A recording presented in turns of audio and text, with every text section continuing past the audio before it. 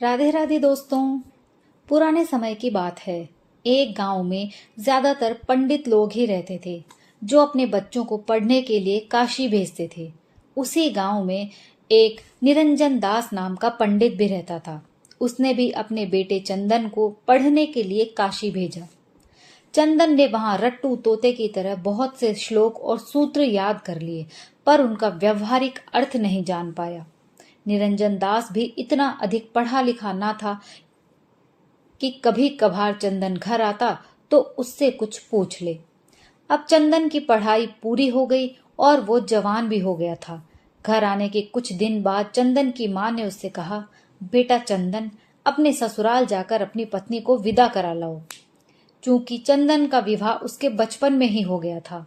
अब चंदन अपने ससुराल पहुंचा तो ससुराल वालों ने उसका खूब आदर सत्कार किया। ससुर ने तुरंत ही एक चटाई बिछाई और उसके ऊपर एक सुंदर सी कालीन बिछाकर कहा, बेटा यहाँ विराजो।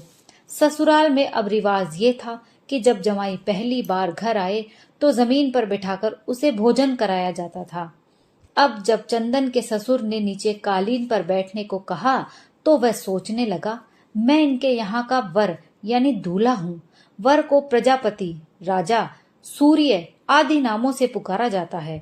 मैं भी वर हूँ, इसलिए मुझे एक सम्मानित आदमी की तरह ऊंचे स्थान पर बैठना चाहिए, और ये है कि मेरी इज्जत करना नहीं जानते।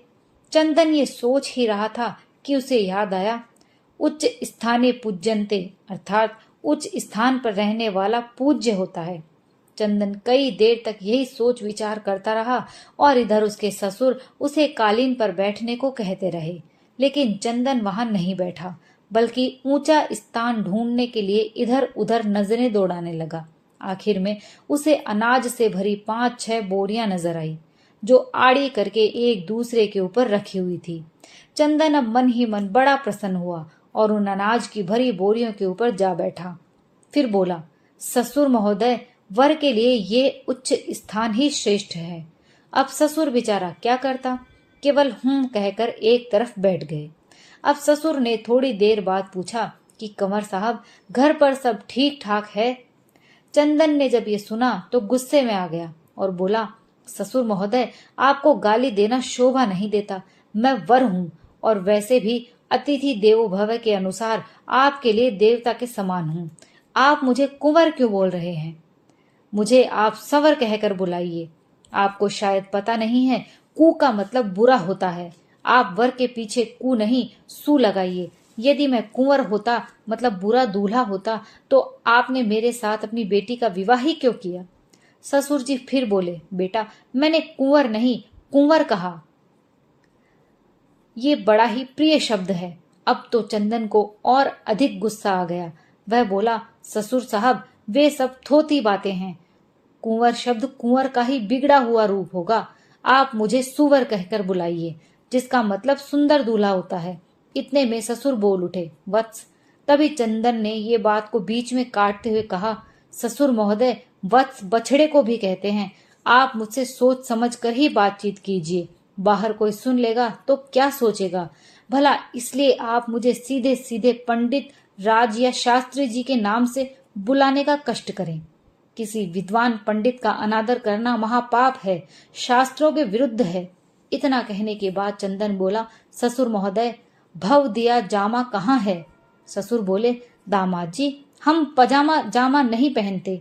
हम तो सीधे साधे आदमी ठहरे, धोती पहनते हैं।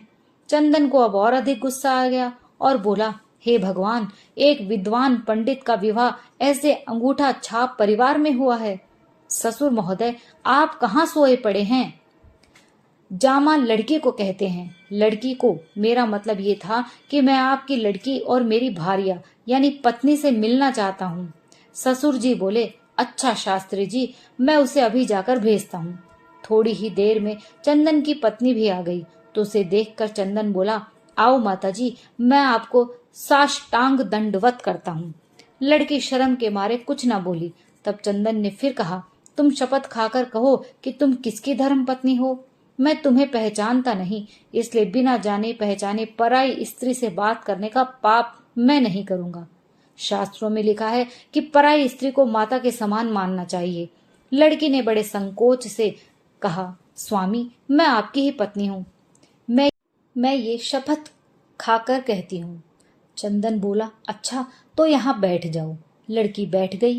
लड़की बड़ी ही रूपवती थी। चंदन को उसी समय याद आया कि शास्त्रों में लिखा है, रूपवती पत्नी शत्रु के समान होती है।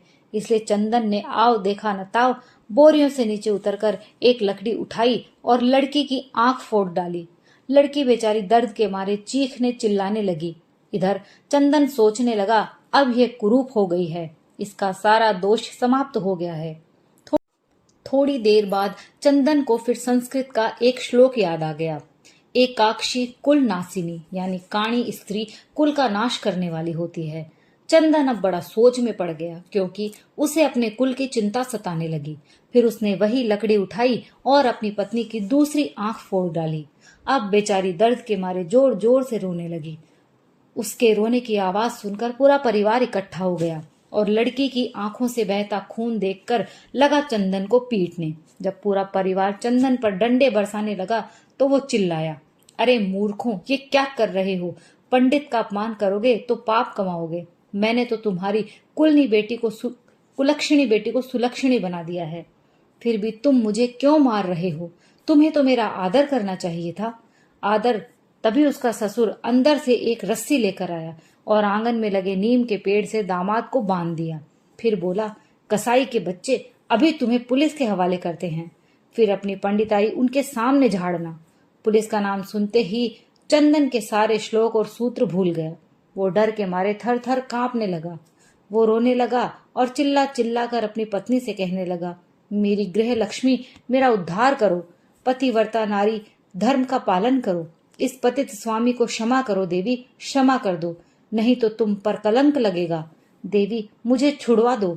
इस तरह बार बार प्रार्थना करने पर लड़की ने अपने पिता से कहकर उस शिक्षित मूर्ख को वहां से भगा दिया। दोस्तों, अगर आपको ये कहानी पसंद आई हो तो प्लीज लाइक और शेयर कीजिए और कमेंट करके जरूर बताइए। और अगर आप मेरे चैनल पर नए हैं तो प्लीज चैनल को सब्सक्राइब कर लीजिए। कहानी सुनने के लिए आप सभी का बहुत बहुत धन्यवाद।